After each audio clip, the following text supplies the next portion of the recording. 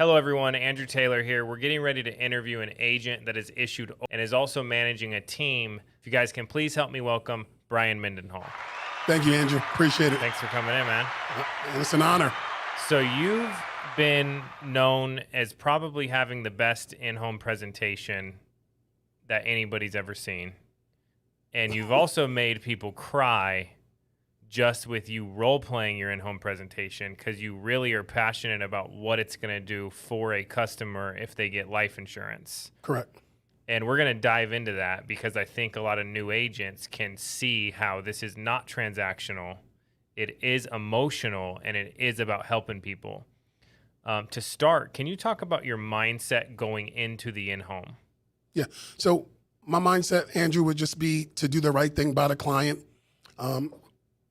I look at myself as actually being the true professional because they reached out for my help, and I need to go in there and not worry about being judged or anything else besides putting that family in the best situation possible. I know that I'm there, and 9 times out of 10, there's nobody else coming behind me, knocking on the door or beating their door down to protect that family. So if I'm not on my P's and Q's, if I'm not up on game, those people might not be protected, if that makes sense. Love it. Now, what if you have something personal going on in your life? I'm assuming you're human. You've had personal issues, right? A ton, yeah. So it's kind of funny you say that. I actually lead by this. I've heard people say, leave whatever drama in the car. I think that's bull crap. The only reason I say that is you ride around in the car all day. You got 8, 9, 10 appointments and you're riding around with the crap. Anything that's going on, I leave at home. It's not allowed to come out in the car with me. So when I'm in my car, there's nothing but positive vibes, podcasts, or talking to agents, and that's all positive things. So I don't get to carry baggage with me all day, if that makes sense. Now, how do you turn off things? Like, was it hard for you to be able to stop thinking about a problem, an issue, something bad going on in your life, and start focusing on helping people? Did it take time? Is that something that you developed over time? I'll be honest and say it was easier the more people you had to talk to. So when you're not busy, it's easy to deal with a bunch of crap. But when you're busy, you're busy. You don't have time for it. Does that make sense? Yeah, that's the easy answer. It's like that phrase, an idle mind is the devil's playground. Correct. 100% true. So if you're busy, then it's easier to not focus on what's going bad. Now, how did you ever have a point in time where you were thinking about yourself, like I need to make this sale? And did that affect your in-home? I'll tell you, in the beginning, I definitely struggled a little bit and then I almost forgot some of the things that I actually lived by before. And I would start struggling in the home and wondering what the heck is going on, right? And I'm skipping steps and I'm having commission breath and I'm not realizing it. Andrew, I had to go back to my old videos to see what I was actually doing back then. I realized that I started skipping a bunch of steps, and it must have been because I was just focused on the money. I went back to the basics, went back to putting the clients first, and all of a sudden, voila, the numbers shoot back up. Does that make sense? Yeah. Yeah, I would have in the beginning, I didn't realize I was doing this, but I would, in the home, I'd be thinking, I hope I make this sale. Because I don't want to I don't want to have 0 for the week on the leaderboard, and I want to get paid. And initially, thinking back, the whole thing was about me. And then there was this point in time where I completely was able to block that off and think, I'm going to 100% do what's best for the customer, think about the customer, lay it out lay it all out on the table, what's best for them. And if I can't help them, and I gave it my all, then I'm not going to be upset about it because I did everything that I thought I could do. I worked hard. I learned the script. I learned the objections. I did everything, and I'm going to sleep like a baby. It's funny you say that. I don't know if you ever heard me talk about this in training, but there was a time where, like, I had my first, second death claim. Things got really, really real, right? So I started, like, leaving everything on the table, like challenging people like crazy in the home, being willing to say very uncomfortable things, but it's all because I knew I had to leave everything on the table. I had a client call me before and they were like, hey, my dad died. I see your card. He had insurance with you, right? And I'm like, let me look it up. There's no policy anywhere. That was the last time that happened to me because I was able to leave it all on the table, if that makes sense. Now, you're willing to get more uncomfortable with a customer than most people, right? It's because of some personal things, like even with my family, though. Like with my Aunt Tina, you've heard that story before? Yeah, but tell us. Yeah, so guys, with work insurance, when I first got my insurance license, Andrew, I went around to all my friends, all my family. I said, everybody needs life insurance. I probably covered almost everybody. The only person I didn't cover was my Aunt Tina. I was brand new in the insurance industry, so I didn't really understand like that work insurance is not actually yours. Does that make sense? So she had a policy. She made 3 times her salary at work. She made $100,000 a year, so she had $300,000 worth of life insurance. And when I came to her and said, hey, buy this policy, she says, I'm covered. I said, well, you sure you don't? No, I'm covered. And I left her alone. Well, Andrew, she got sick. She came down with stage 4 pancreatic cancer. And her job said, hey, well, get better and come back when you're ready, take care of yourself. But the only thing is pancreatic cancer is not one of those things you just get better from. Mm-hmm. You die. But my aunt was a fighter. So she fought. She ended up fighting too long, Andrew. So what ended up happening is that she lived so long that her job said, we can't keep you any longer. We need to let you go. The problem is because they let her go, she lost her coverage. She no longer had life insurance with her job. And in losing her coverage, the next month, what do you think happened? She died. Then she died. That's crazy. And because of that story, Andrew, my Aunt Tina died. We lost her house. We didn't even have money to bury her with dignity, I took responsibility for that. And I said, you know what? That ain't happening to me no more. Not just with family, with anybody. So every single home that I go into, I talk about life insurance through your job. And they're like, yeah, I got that. No, you don't. Let me explain. And I tell people that story. And I'm willing to get uncomfortable to push people so nobody has to deal with that again. My cousin Marcus could have a house that's paid for right now, but he still doesn't to this day. I take responsibility for that. Dude, that's crazy. It is. And you know what I just thought of right now? What's that? A lot of people could get instead of doing what you just did, which you're using something to help other people that you experienced, right? Mm-hmm. A lot of times, if someone said I have coverage through work, the overcoming that objection would just be, well, that doesn't always cover you for if you leave work or you're disabled, you could lose that coverage. A true story. A true story. And dude, like Drew, how does anybody say no to that? Yeah, they'd have to be heartless. Yeah, they would. But dude, you're striking emotion right here with me sitting here. Yeah. Dude, another thing that pushes me, I don't know if you ever heard me talk about Eugene and Francis. This is my first death claim. And this was nuts. I actually went out to help a lady when I talked to her on the phone. This is back when you actually asked a couple more questions when you were going through the phone script. So I found out, she said, you can't help me. I've been declined by everyone. I said, I'm coming out to help you. We got you. I get to her. She's probably, without exaggeration, Andrew, 500-600 pounds. And one of the biggest women I've ever seen in my life, right? I sit down with her and I'm like, you know what? I can get you covered. I got a policy that doesn't have height and weight requirements, right? I know I can write her. Boom. Her husband, Eugene, they don't look like they go together. Like, he's in shape. This guy has probably a 6-pack under his shirt, right? They lived on a farm. He managed the farm, so he's walking around doing everything. I said, hey, we both need a policy. We need to put something in place, because when I went through the financial needs analysis that I do every time, right, I found out that he does all the farming. She just stays in the house. Well, what if something happened to him? I said, yo, Eugene, we need a policy. Nah, I'm cool. Eugene, no, you need a policy. He said 3 times that he was cool. But in the beginning, I asked permission. Hey, do I have your permission to be honest with you, whether it be good, bad, or indifferent? And he told me yes. Guess what I told him after the 3rd time? He said, no, I don't need any. I said, Eugene, you're being a jerk. Just being honest with you. You're basically saying, look at me, look at her. She's going to die first. I don't need any. I told him just like that. And he said, you know what? You're getting on my nerves. Go ahead and put a policy in place. He used a different word. 5 months later, I get a call from Francis that he dropped dead from a massive heart attack on the kitchen floor. I help her get the policy. I help her get the money. It goes to her house. I show up at her house. She gives me the longest hug I've ever had. And she remembers, she said, you fought for me. He must have told you no, she exaggerates. He must have told you no 20 times. It was probably 3, but she remembers I fought for her family. Dude, it was nuts. That was my first death claim. And that made this really real. So does that make sense why I'm so passionate about what we do? Yeah, it does. But you're also you're good at telling the details on these stories.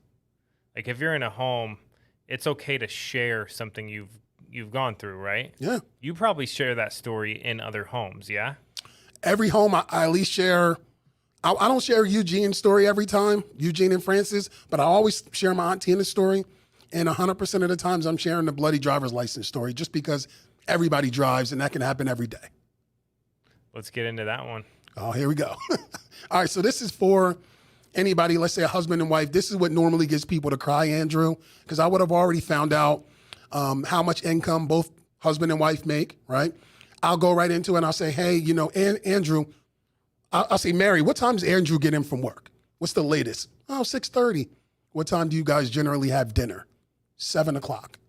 All right, cool. So now it's 7 o'clock and, Andrew's not here. Do you start texting him? When do you start texting him? Maybe 7:30. Cool. It's 7:30. He's still not here. Now you get a knock at the door. Clark County Police Department. They come to the door and they hold up a bloody driver's license. And Mary, they're saying, can you please identify this person? And Mary, it's Andrew. He didn't make it. What's going through your mind right now?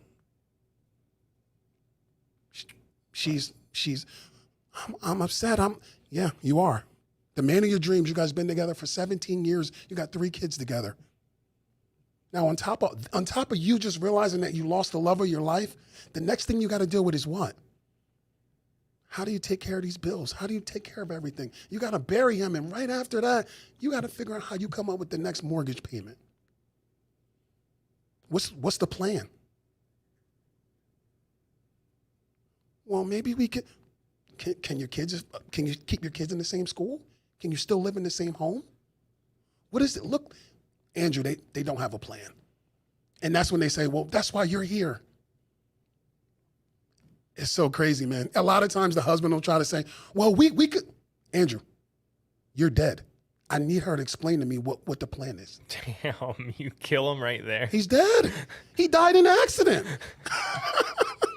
Damn. All right, so you open up with that. No, I open up with the financial needs analysis and just getting cool with the people, letting them trust me a little bit, talking about my mom being a single mom, talking about how I grew up a little bit, just a couple minutes in the beginning. The elephant in the room, I'm a big black guy. I need to go in the house smiling. They need to like me. They need to trust me. I also, when I'm running appointments, I wear glasses. I actually wear glasses, but they make me look a little bit more trustworthy. Smarter. I do look smarter. It's funny. I actually didn't know I needed glasses. And then I was driving and one of Nicole's friends goes, hey, try these glasses on. And they were her prescription glasses. And I put them on and all of a sudden I could see the world so clearly. I was like, dude, I didn't know I was blind. Same. I went for an eye exam and the guy had me looking at something. I'm like, I could see it. But then he click, click, click. I'm like, this is HD. Yeah, but then I started wearing them to appointments and my close ratio skyrocketed up. Yeah, it works. What the heck? It works. All right, so you do that. Now, what if a customer goes, well, we'll be fine. We have some savings. Do you ever get anything like that? No. When I'm going through the financial needs analysis and I'm talking through everything, if they had savings, if they had everything figured out, why'd you fill the form out? They wouldn't have filled it out. When you go through and sell with stories, Andrew, it's kind of hard for people to say stupid stuff that doesn't make sense. Yeah, the other thing is they're not going to be like, well, I could get it $4 cheaper somewhere else, because it's not even about that. At that point, they're not even buying the insurance company. Nobody knows America. Who's America? To us, they're amazing. They have the best products. They got everything. They pay us more. They give us bonuses. But to that client, they don't know America. They know Bryan Mendenhall. They're buying me. They're buying you. That's who they're buying. Yeah. So your whole thing is you answer objections with stories. Yeah. I overcome objections before they become objections. And do you think you telling them about yourself gets them to tell you about themselves? Well, I mean, Andrew, I'm going to need, at the end of this appointment, I'm going to need their social security number. I'm going to need their bank account. I'm going to need to know everything they have wrong with them. And they got to tell me the truth about all of it. So, yeah, I would think that they want to know a little bit about me. Yeah, because I didn't get that at first. I would want to know everything about them, and I wouldn't tell them anything about myself. So I started offering more information, showing them pictures of my dog, showing them pictures of things about my life, putting pictures of like my family on my iPad when I walked in, so it's right there so they can see it. Do you do stuff like that? I do. So, like my Aunt Tina, I show her picture. Dang. So like, I'm like, hey, this is my Aunt Tina, boom, and then I actually tell a story about her with the work insurance. I'll show pictures of my kids. Yeah, I do that. They need to know I'm a real person. Yeah. How many death claims have you had? 19. 19 death claims. Yeah, I've been doing this since 2011. So 10 years, going on 11 years. Now, were you always this good, or did you get better at telling detailed stories and effectively telling them? I think I was horrible in the beginning, but I just stumbled along because people fill out a form, man. If they fill out a form, they want help. I just got better and better. Now, how do you, once you go through the story, you show them prices. Do you show them 3 different prices? How do you decide what you show them? So in the client worksheet, when you're going through the financial needs analysis, you know how much they make. You know the situation. You're running mortgage protection. I'm just showing them covering the whole mortgage. If they're a certain age and they can get cash back, I'm showing them cash back for both people in maybe a 20-year program, the full gusto, everything, because I know what they can afford. Because you're asking for their income. What if an agent's skipping over the financial inventory? Then just skip the whole appointment. Don't even go. Why? At the end, they're going to tell you like, oh, I can't afford it. You don't know anything. So the financial inventory is it's painting the picture of their life and showing you what they make, how much they save, all these different things. And then you can see if they realistically can afford a plan. I can see everything. Andrew, I know down to how much extra money they put away. Oh, you saving $2,000 a month? Cool. Check note. I know. So now when this policy ends up being $800 a month for both of them, it's really not $800. They're just saving $800 in this program, and they're putting $1,200 away still. But this $800 is going to cover you in the event you get sick, hurt, or die. And if nothing happens, you get all your money back and pay your house off 10 years early. It's a no-brainer. Yeah, or just with life insurance. If you're already saving money, why not save it here if someone just wants a life insurance quote, period? Correct. Yeah, I love that. All right, so getting down, after you show them the prices, right? You show them the full, and then do you show them like a mid and a small, or do you show them the full first? I'll show them the full first. If I get any like backlash, I go back into the benefits. I don't go right back to price. I go back to reminding them why we were getting this program, everything that it's offering, and build the value back up. And then I say, well, let's find something that fits a little bit better in your budget. So I'll go and show them maybe 2 other options. Instead of $250, I might show them $200 and then $150 and let them choose again. Yeah. And typically they choose the one in the middle. Yeah. And then how do you close them though? Like, what do you say if they go, well, that one seems affordable? So my transition, all I do is I say, hey, do me a favor, grab me your ID and grab me a check. And do you get pushback or no? You've already. No. So in the very beginning, I used to say, can I get your social security number? And I need a check. I was nervous. And then you got to a point where you get confident and I'm just like, no, go grab me a check. Go grab me your driver's license. It is what it is. Yeah. The more confident, the less objections. Correct. The more hesitant you are to ask for stuff, the more objections, right? So feelings are real. Yeah. They're not fake. So if you feel weird, they feel it too. It's a transfer of energy. Correct. So your energy and what you're thinking, they're feeling. Yes. And if it's no big deal to you, it's no big deal to them. And I mean, I'm going in like I know I'm supposed to help them. So they know I'm supposed to help them. Yeah. And you get to this point where you sell much more insurance and help more people because your confidence level is so high. And any brand new agent, Andrew, can have the same exact results after running 100 appointments within a month and a half. If they could do a month and a half of 100 appointments back to back, not 3-4 month span, but that short times, they'll be that confident also. Now let's go into lead of, well, you close it, dude. Let's hit this because I don't think this is touched on enough. How do you tie it down to where they keep the policy? Do you do anything to go, say anything, follow-up calls, thank you notes, anything to let them know you're their agent for life? Sure. And get them to keep it and not go, hey, this was something that, sounded good, but we don't want it anymore because we want a new big screen TV. Sure. So with every house, I would give away the worksheet that you get, the little book that you get with Americo. So I would get that. I would help them fill it out. I'd talk to them about it. And I would say, hey, in the back right here, this is the most important part. Make sure you write my name, my number. And when something happens, your family knows to reach out to me because I'm literally going to put my foot on the insurance company's throat to get you guys paid real quick, right? I'll also, on top of that, when they get approved, we call them. We say, hey, congratulations, you've been approved. Your policy's on the way out to the house, right? They also get a thank you card with some cards in it, just, some random cards because people typically buy insurance 3 or 4 times. They'll call me back again. And their personal number, I try, every person I help, every client I help, I have their personal number in my cell phone. So when they do call me, I know I'm on a first name basis. So it's like, hey, Monica, you remember me? Yeah, of course. What's going on? How can I help? And they love it. That's legit. That's really cool. An agent was just telling me that they actually send them a text too a few days later that says, I look forward to helping you for many years to come. I look forward to being your full service agent. I like that. And they put, if you have anyone else that needs our help, that'd be awesome. Let me know. And that's legit. Yeah. And the thing is asking for those referrals. A lot of times customers want to help you. That's true. They don't want to not help you. They like hardworking people that are doing a good job and providing good service and good product and all this stuff, right? Yeah. So the agent was telling me that they're actually getting a lot of people going, hey, my aunt needs help. My cousin needs help, all these different things. Wow. Yeah. I mean, typically that's how it works. There's one other thing I was doing, and I used to deliver policies, and it was a chance for me to get back in the home. Like you said, get referrals. But if you can find a third reason to get back in the house, like a third time, you definitely have a client for life. For sure. Yeah. All right. Now, if you're building an agency, right? Correct.